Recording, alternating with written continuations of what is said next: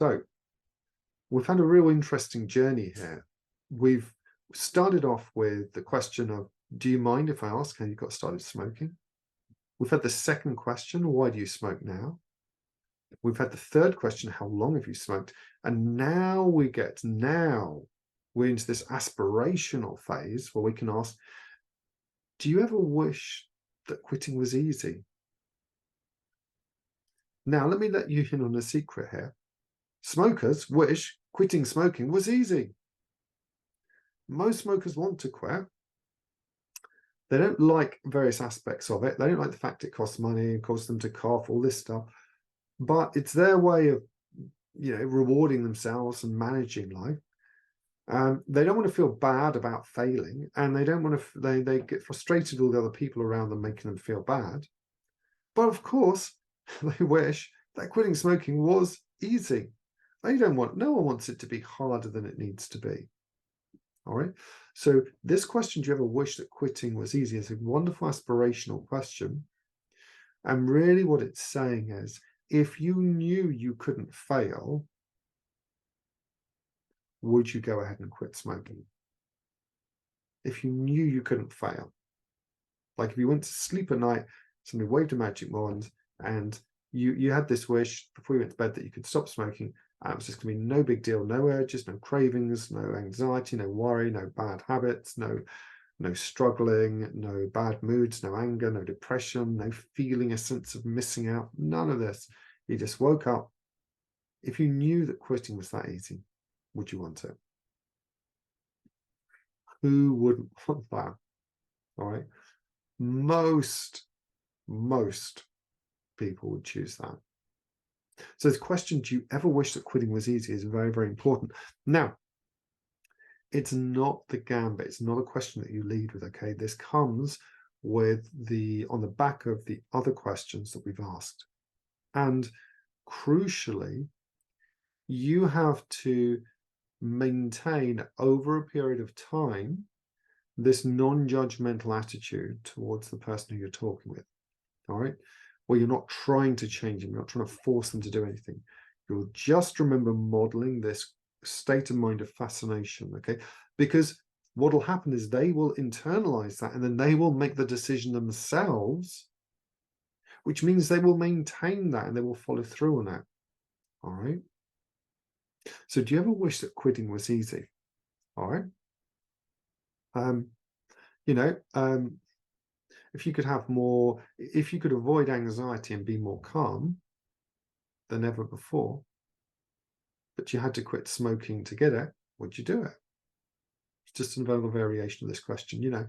They say, oh, I did it I took up smoking because I just remember I was one of the people, I was one of the guys, I had some friends.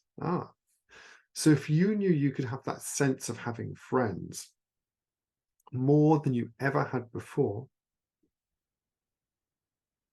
but you had to quit smoking to get it, would you do it?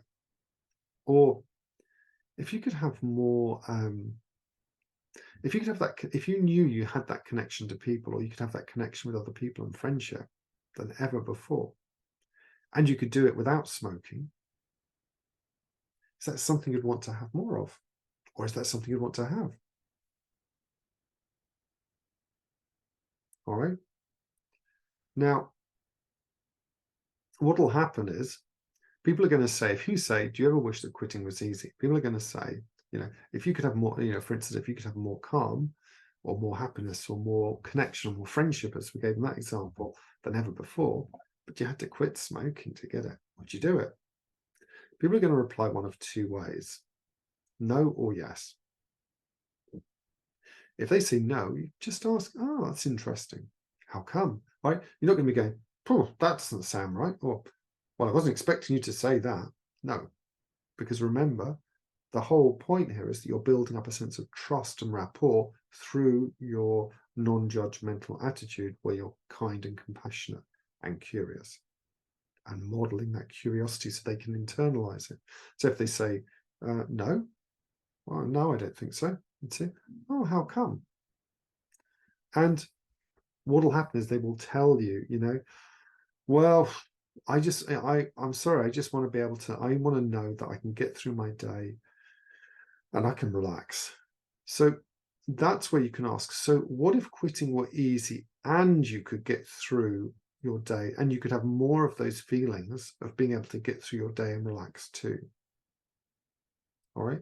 So what you're going to be asking is, if somebody says no, you can follow up with, if they say no, then you can just say, well, how come? And they say, I just want to be able to relax. I need to be able to deal with stress. Okay. So then you can say, well, you can ask them a follow-up question.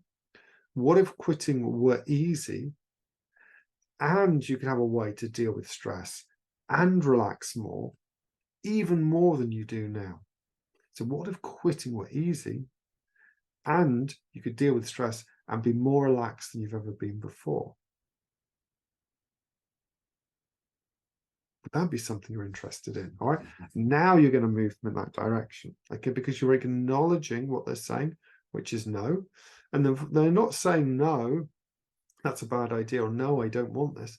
They're saying no because they're starting to get in contact now, very, very deep contact with the absolute, with the essence of what's going on. The fact that this is their way of coping with stress, for example, or dealing with anxiety, for example. It can be many other things, but it's there, or a feeling of friendship, and it reminds them of friendship and connection and dealing with other people, for example. All right.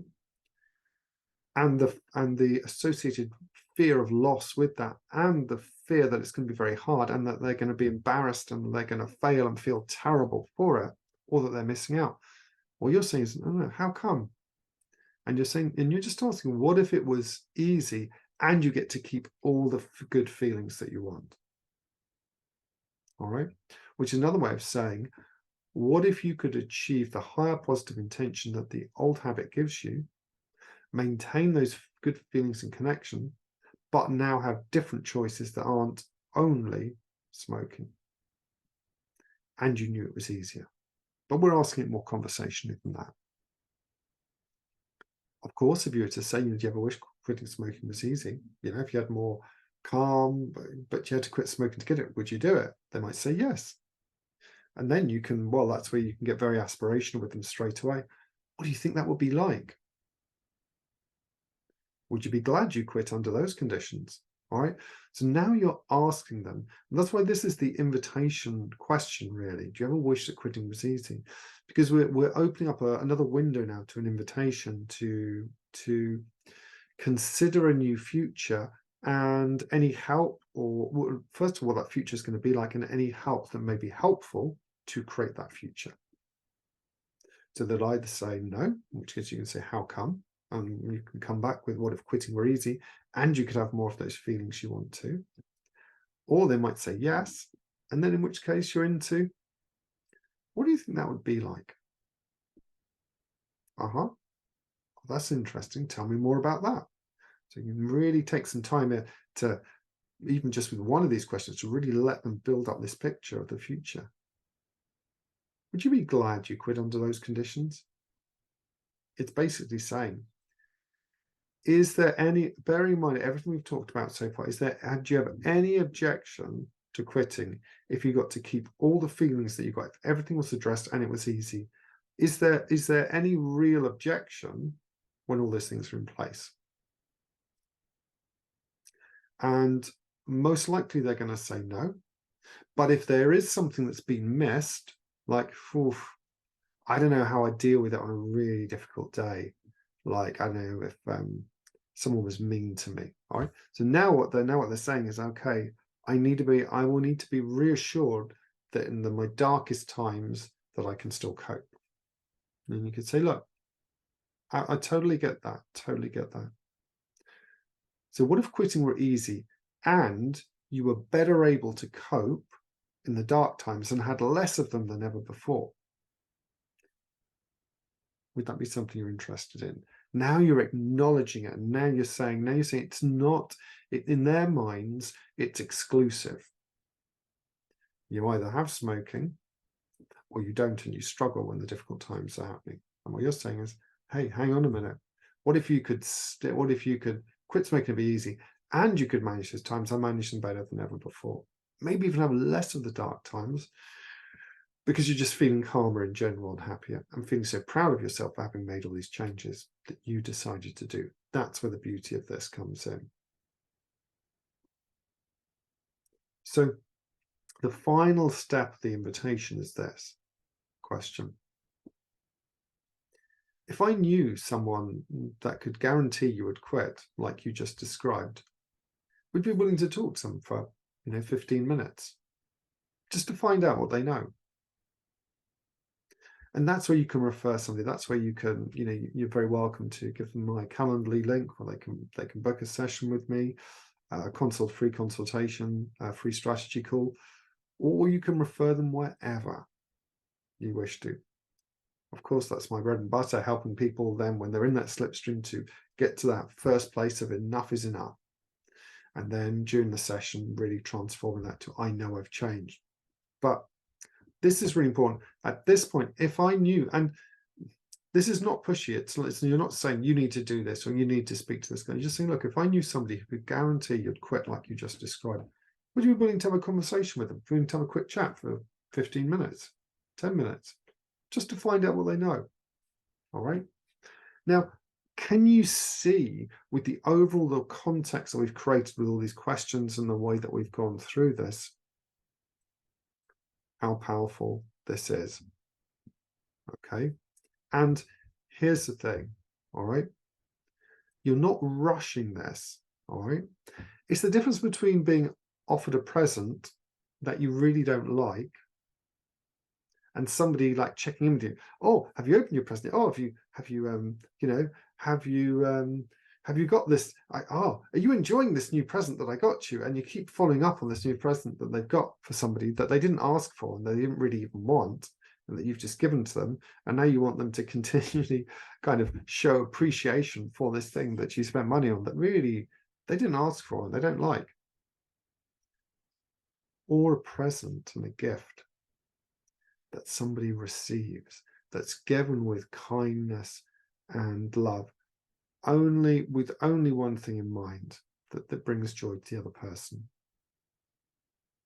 And that you know that this gift is very likely to be well received because you've spoken about it, because they've indicated it. So when you get to this kind of like final part of going through this question of, do you ever wish that quitting was easy, finishing with, if I knew somebody that could guarantee you'd quit like you just described, would you be willing to have a chat with them for 15 minutes just to find out what they know? It's in the spirit of this gift for them. And when you do that, it's much more likely to be received, much more likely to stay with them. All right, this whole kind of context, the whole way that we're going through here, the whole way that we're doing this, is that we want to make sure that they truly transform. Okay, we want to make sure that they transform. Okay, we want to make sure that it's done in but transformation really happens through, it's not the way that most people might think. The transformation happens by a new way of thinking. That new way of thinking happens through self-reflection and being able to grow in insights. But being able to do that, to be able to have those insights come up, you need to have a context of compassion and curiosity. And of course, where are you going to get compassion? Where are you going to learn compassion and curiosity if you didn't learn it at home and you have all this judgment of being a smoker or a failed smoker?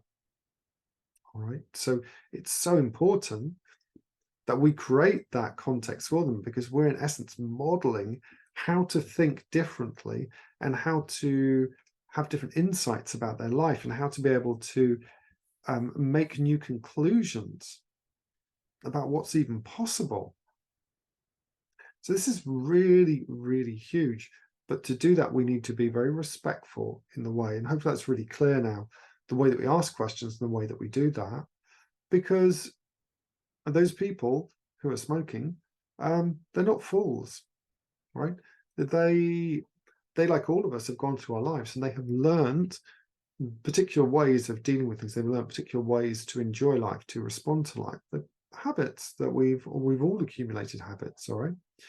And changing habits can be tricky when especially when we think it's going to be hard, and especially when there's a lot of judgment from other people and judgment from ourselves. So we're opening up a space here, a transformative space of this more metacognition, this greater self-awareness, its ability to look at things and evaluate it differently. But we're saying, hey, just abandon, let go of all the stress, let go of all the worry, let go of all the judgment. That's got no place here. From this position of curiosity and interest, let's see what we can learn. Let's see what we can discover. And after all, doesn't that sound a better way? Doesn't sound a better way to do it. It's going to be more fun for the people who you want to help.